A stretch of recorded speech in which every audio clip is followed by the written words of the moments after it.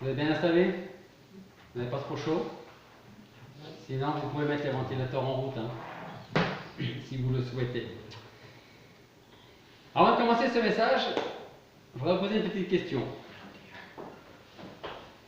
Si je fais ça, vous voyez quoi? J'ai pas compris. L'index. Index.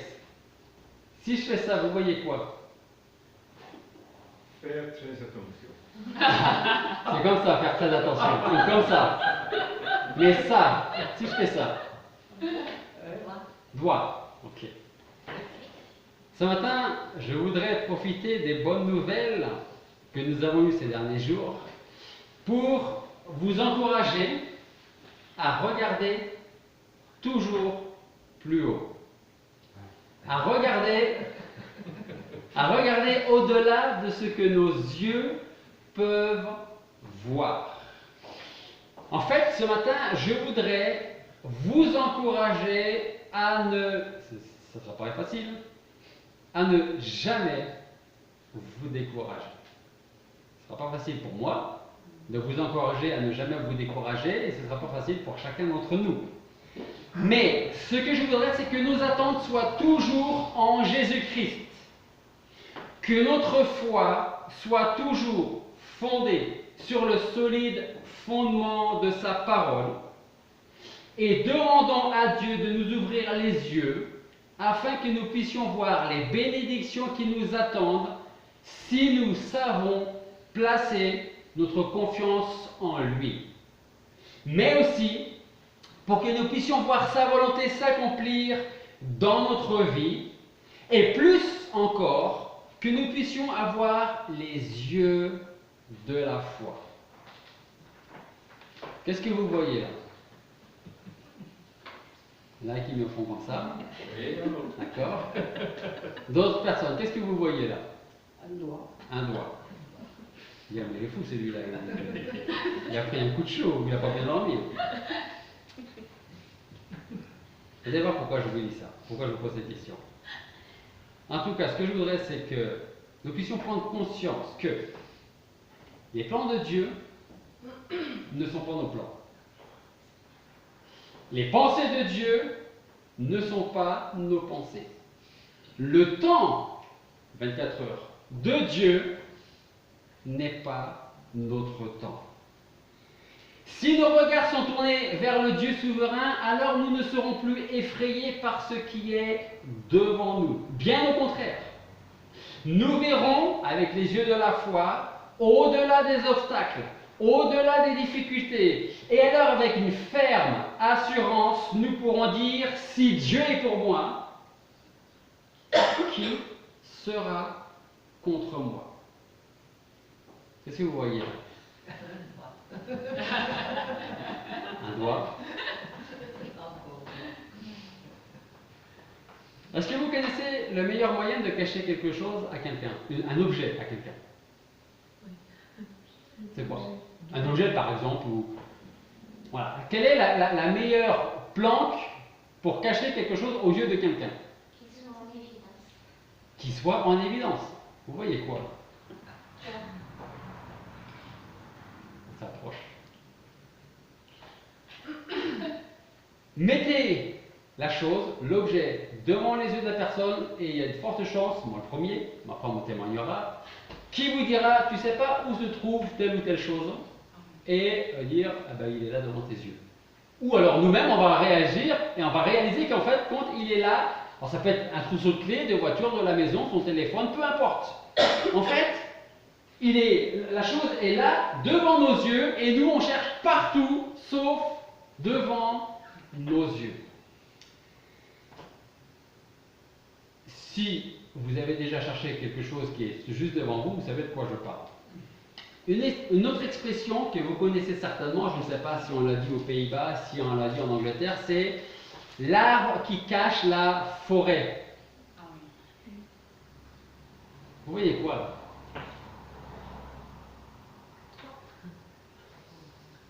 Cinq fois peut-être, je vous ai demandé qu'est-ce que vous voyez. On avait dit un doigt, l'index, ça veut dire que je suis bien caché moi alors. Parce que vous ne voyez plus que mon doigt, mais moi j'ai complètement disparu. Pourquoi? Parce qu'on se fixe sur une chose. L'arbre qui cache la forêt. Ce n'est pas un arbre, je ne suis pas une forêt, mais 3-4 fois, je vous ai demandé qu'est-ce que vous voyez, un index, un doigt, ou vous pensiez que je vous indiquais de regarder vers le haut. En fait, il y a mon doigt, mais je suis derrière. Mais vous n'avez vu que mon doigt. L'arbre qui cache la forêt. Une expression qu'on connaît bien, c'est une image qui désigne une personne qui voit une seule chose, dans le cas un arbre, mais qui ne voit pas tout ce qui est derrière, toute la forêt. Alors ça peut être un arbre majestueux ou un arbre complètement mort, et on est fixé sur cet arbre-là, sur cette chose, sur cet objet, et on ne voit rien de plus. Si je vous dis cela, c'est parce que je voudrais vous parler de deux hommes, deux personnes que l'on retrouve dans la parole de Dieu, Élisée et son serviteur. Regardez avec moi un passage dans 2 Rois.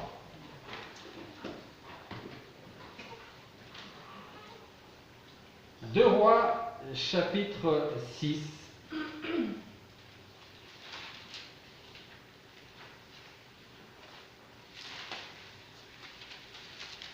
2 Rois, chapitre 6, à partir du verset 8.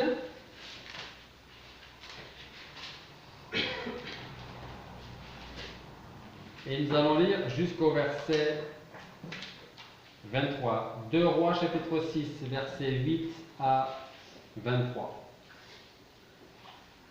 Or, le roi de Syrie, faisant la guerre à Israël, tenait conseil avec ses serviteurs en disant: mon camp sera dans tel lieu. Mais l'homme de Dieu, Élisée, envoyait dire au roi d'Israël: garde-toi de négliger ce lieu, car les Syriens y descendent. Et le roi d'Israël envoyait vers le lieu au sujet duquel l'homme de Dieu lui avait parlé et l'avait averti, et il était sur ses gardes. Cela se fit plus d'une et de 2 fois. Et le cœur du roi de Syrie en fut troublé. Et il appela ses serviteurs et il leur dit: ne vous découvrirez-vous pas lequel des nôtres est pour le roi d'Israël? En fait, le roi de Syrie est en train de dire qui est la taupe, qui est celui qui divulgue tous nos plans. Verset 12. L'un de ses serviteurs lui dit: il n'y en a point au roi mon seigneur, mais Élisée, le prophète qui est en Israël, déclare au roi d'Israël les paroles mêmes que tu dis dans la chambre où tu te couches. Alors il dit: allez, voyez où il est, et je l'enverrai prendre. Et on lui fit ce rapport: voici, il est à Dothan. Et il y envoyait des chevaux, des chars, une troupe considérable, qui arrivèrent de nuit et environnèrent la ville. Or le serviteur de l'homme de Dieu se leva de grand matin, sortit, et voici des troupes avec des chevaux, des chars environnaient la ville. Et son serviteur lui dit: hélas, mon Seigneur, comment ferons-nous? Élisée répondit: ne crains pas, car ceux qui sont avec nous sont en plus grand nombre que ceux qui sont avec eux. Et Élisée pria et dit: ô Éternel, daigne ouvrir ses yeux et qu'il voie. Et l'Éternel ouvrit les yeux du serviteur, et il vit. Et voici la montagne était pleine de chevaux et de chars de feu autour d'Élisée. Cependant les Syriens descendirent vers Élisée. Alors il pria l'Éternel et il dit: veuille frapper ces gens d'aveuglement. Et Dieu les frappa d'aveuglement selon la parole d'Élisée. Et Élisée leur dit: ce n'est pas ici le chemin, ce n'est pas ici la ville. Suivez-moi, et je vous mènerai vers l'homme que vous cherchez. Et il les mena à Samarie. Et quand ils furent rentrés dans Samarie, Élisée dit: ô Éternel, ouvre leurs yeux et qu'ils voient. Et l'Éternel ouvrit leurs yeux et ils virent, et voici, ils étaient au milieu de Samarie.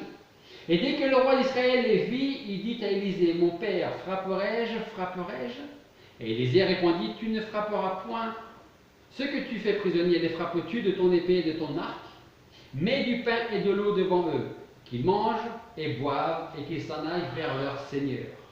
Et le roi leur fit grande chair, ils mangèrent et burent, puis il les renvoya, et ils s'en allèrent vers leur Seigneur. Depuis ce temps-là, les troupes des Syriens ne revinrent plus au pays d'Israël. Prions. Père Céleste, nous voulons nous approcher de toi une fois de plus, afin que tu nous prépares pour recevoir ta parole, ton enseignement. et qu'à notre tour, tu veuilles ouvrir nos yeux, notre entendement, notre intelligence. Donne-nous ta sagesse, ton discernement, pour comprendre quelle est ta volonté, pour comprendre qui tu es vraiment et comment tu agis dans nos vies. Je te demande de parler dans nos cœurs, que nos âmes soient conduites vers toi, vers ta demeure, et que toutes nos pensées soient tournées vers toi. C'est en ton nom que nous te prions. Amen. Alors c'est le verset 17 que je voudrais retenir ce matin comme texte. Ce verset 17 nous dit « Éternel, ouvre ses yeux pour qu'il voie. » Et l'Éternel ouvrit les yeux du serviteur qui vit la montagne pleine de chevaux et de chars de feu autour d'Élysée.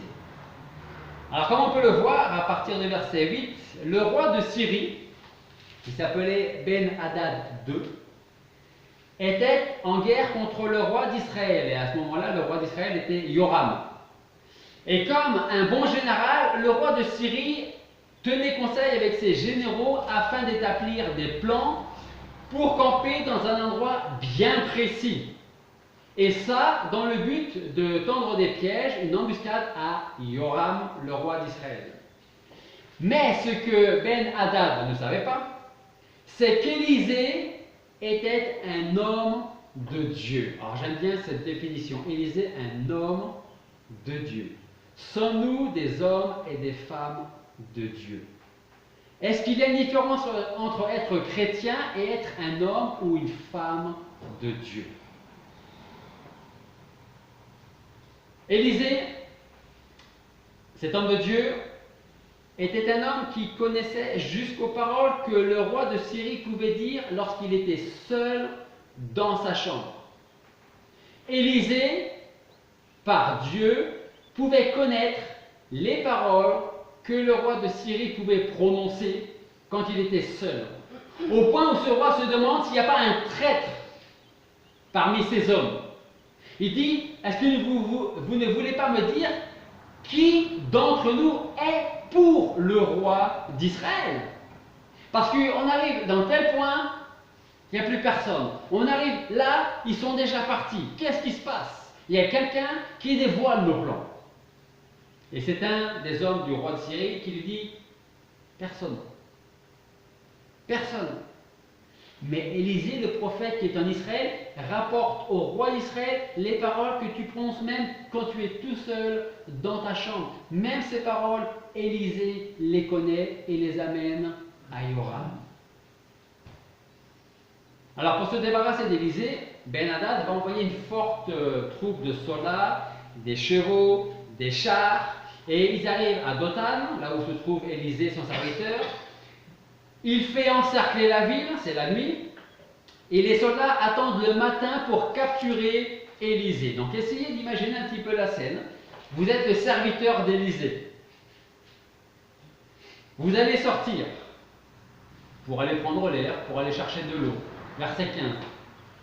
Le serviteur de l'homme de Dieu se leva de bon matin, sortit. Voici, une troupe entoura la ville avec des chevaux, des chars. Le serviteur dit à l'homme de Dieu, ah, mon Seigneur, comment ferons-nous? Qu'allons-nous faire? Ils nous ont encerclés. C'est tout juste si le serviteur ne lui a pas dit, on est mort. Vu le nombre qu'ils sont, et nous sommes 2. Qui n'a jamais été comme ce serviteur? Qui n'a jamais dit en se levant le matin et en voyant les difficultés ou les épreuves, Seigneur, pourquoi encore ce matin?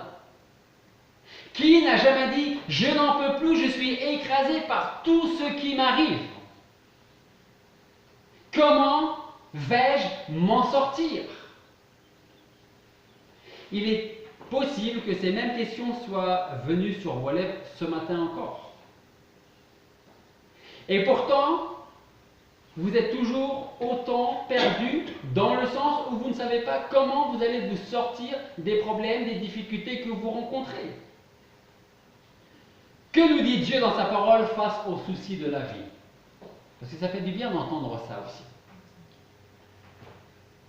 Celui qui demeure sous l'abri du Très-Haut, donc de Dieu, repose à l'ombre du Tout-Puissant. Ça c'est Job, chapitre 42, verset 1. David, dans le psaume 46, 2, il dit « Dieu est pour nous un refuge et un appui, un secours qui ne manque jamais dans la détresse. » L'auteur du livre aux Hébreux. « Je ne te délaisserai pas et je ne t'abandonnerai pas. » Ou jamais. Hébreux 13, 5. Encore, le psaume 34, verset 19. Le malheur atteint souvent le juste, pour ne pas dire le chrétien. Mais l'Éternel l'en délivre toujours. On remonte à la question. Seigneur, pourquoi encore aujourd'hui? Et le psalmiste, il dit, le malheur atteint souvent le juste, mais l'Éternel l'en délivre toujours. Donc, le serviteur d'Élisée dit, qu'allons-nous faire? Et on peut très facilement imaginer Élisée, peut-être, je ne sais pas, sortant de sa chambre, finissant son petit déjeuner, s'approcher avec une paix parfaite de son serviteur et qui lui dit tout simplement, n'aie pas peur, ne crains pas. Car ceux qui sont avec nous sont en plus grand nombre que ceux qui sont avec eux. En fait, Élisée est en train de me dire, ceux qui sont avec nous, mais que tu ne vois pas pour l'instant, sont en plus grand nombre que ceux que tu vois maintenant avec tes yeux. Alors je crois qu'on peut dire sans problème que ces deux hommes n'avaient pas la même foi. Ils ne connaissaient pas Dieu de la même manière. Je veux croire et je crois que le serviteur d'Élisée connaissait Dieu. Mais connaître Dieu d'une manière ou d'une autre peut changer complètement notre vie. Élisée connaissait Dieu, il avait une foi en Dieu. Son serviteur connaissait Dieu, il avait une autre foi en Dieu. En ce qui nous concerne, à qui ressemblons-nous? À Élisée qui voit au-delà des montagnes en direction de Dieu, ou à son serviteur qui ne voit que les montagnes autour de lui, les chars ennemis prêts à les écraser? Jusqu'à quel point sommes-nous prêts à faire confiance à Dieu? Et dans la semaine qui vient de passer, vous étiez combien à passer le concours? 600 combien à peu près? 400. À peu près 400. Qu'est-ce qu'on voit nous, et puis en tant que parents, qu'est-ce qu'on voit? 400, plus de 400 personnes, et n'en retiennent que 28. On voit 400. On peut peut-être voir 28. Mais on n'a peut-être pas vu Dieu qui disait, mais t'inquiète pas, sur les 28, tu seras première. Pendant 7 ans, ils ont entendu un enfant, et on peut dire, pourquoi?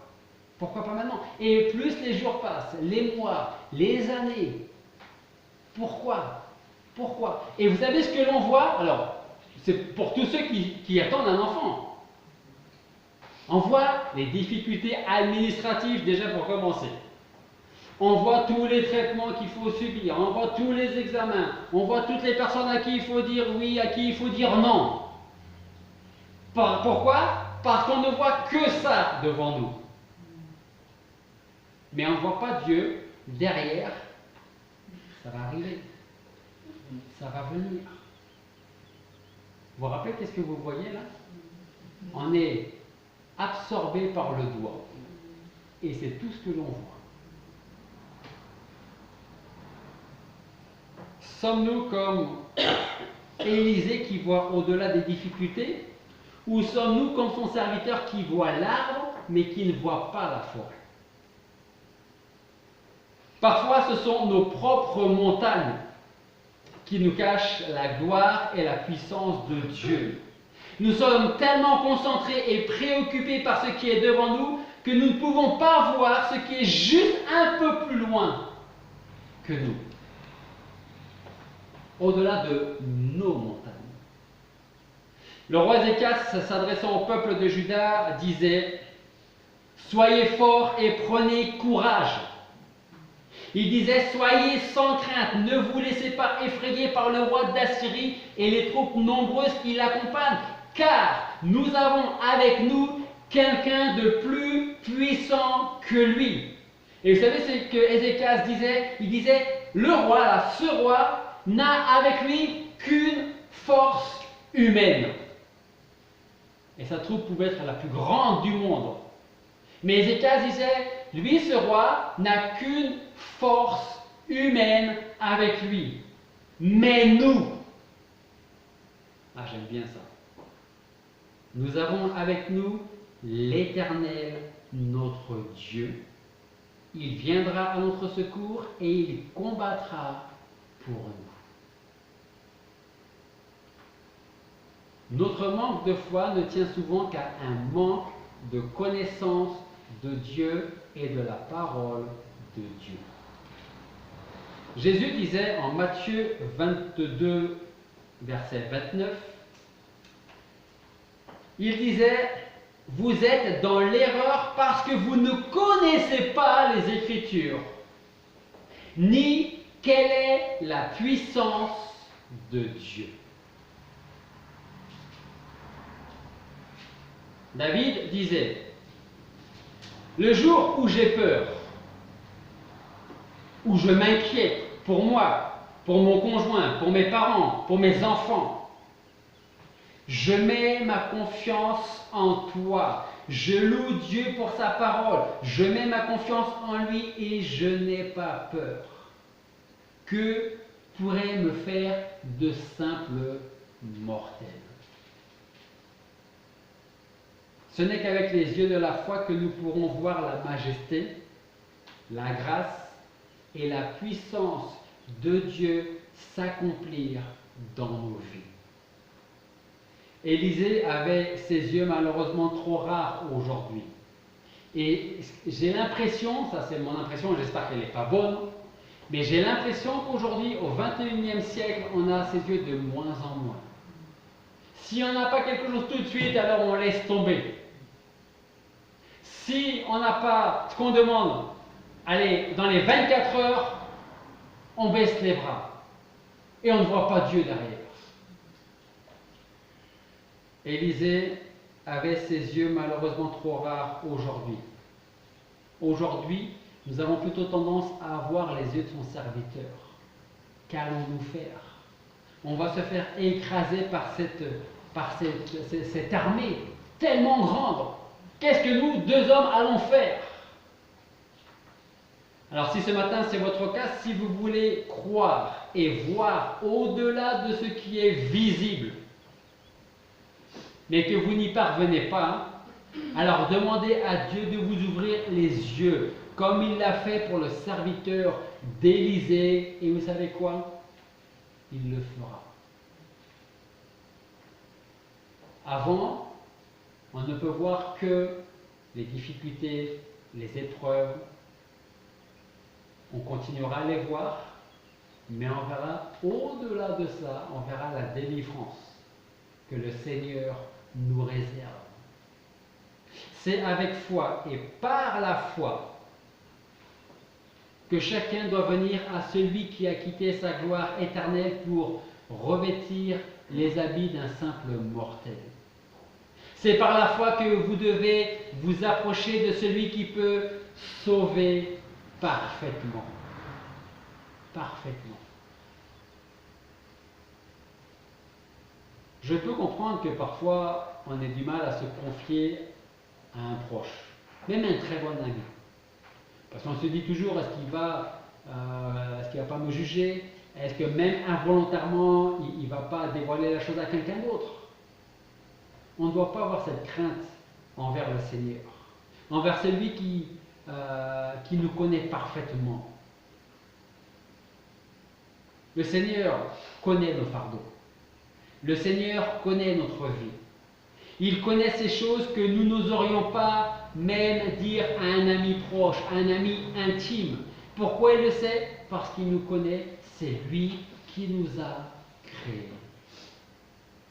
Jésus-Christ est venu dans ce monde pour sauver les pécheurs, et tous les hommes et toutes les femmes sont pécheurs, sans exception.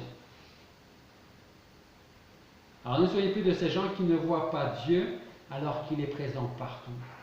Et vous savez, parfois Dieu nous amène par des chemins difficiles, Dieu nous amène parfois par des difficultés pour qu'on puisse ouvrir les yeux et dire: tu m'as amené ici pour que je comprenne cette vérité ou cette autre vérité.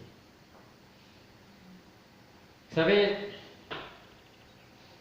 seul Dieu peut nous ouvrir les yeux. Seul Dieu. Ça veut dire qu'il peut utiliser des personnes autour de nous pour vous dire des choses. Et de cette manière, Dieu peut vous ouvrir les yeux. Mais seul Dieu peut le faire. Alors qu'il y en a un autre dans la parole de Dieu qui a menti en faisant croire qu'il pouvait aussi ouvrir les yeux. Satan à Adam et Ève. Alors qu'ils sont dans le jardin, Satan promet d'une certaine manière qu'il ouvrirait les yeux d'Adam et Ève s'ils mangeaient du fruit défendu par Dieu. Dieu a dit de ne pas en manger. C'est ce que Ève nous dit. Parce que si nous en mangeons, nous mourrons. Et Satan qui répond: mais vous n'allez pas mourir. Au contraire, vous allez devenir comme Dieu. Et vous allez connaître toutes choses. Vous allez être comme Dieu. Grâce à moi, vous aurez les yeux ouverts.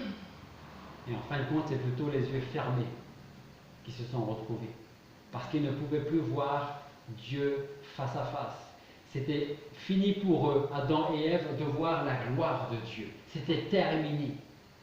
Un mensonge. La seule et unique personne qui puisse nous ouvrir les yeux, c'est Dieu et lui seul.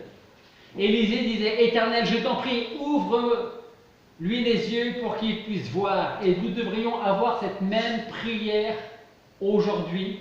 Éternel, je t'en prie, ouvre-moi les yeux pour que je puisse voir au-delà des épreuves, au-delà des armées, au-delà des montagnes, au-delà de mes montagnes. Et que je puisse te voir, toi, et personne d'autre.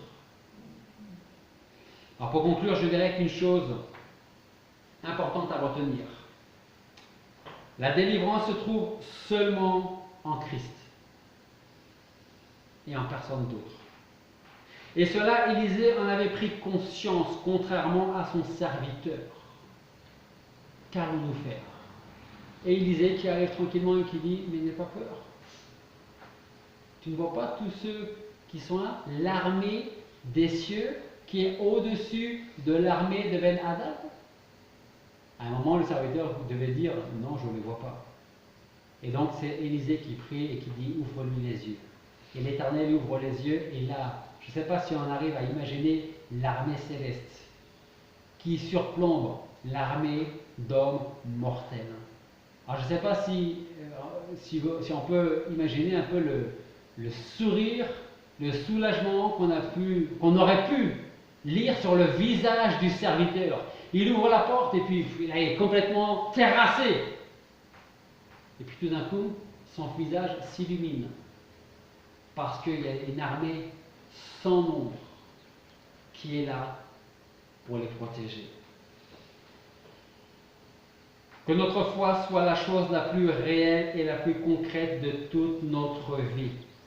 On ne doit pas croire simplement d'une manière sentimentale, simplement avec la tête. Au contraire, nous devons croire en lui pour tout et pour toujours, que ce soit dans ce monde ou pour dans l'éternité.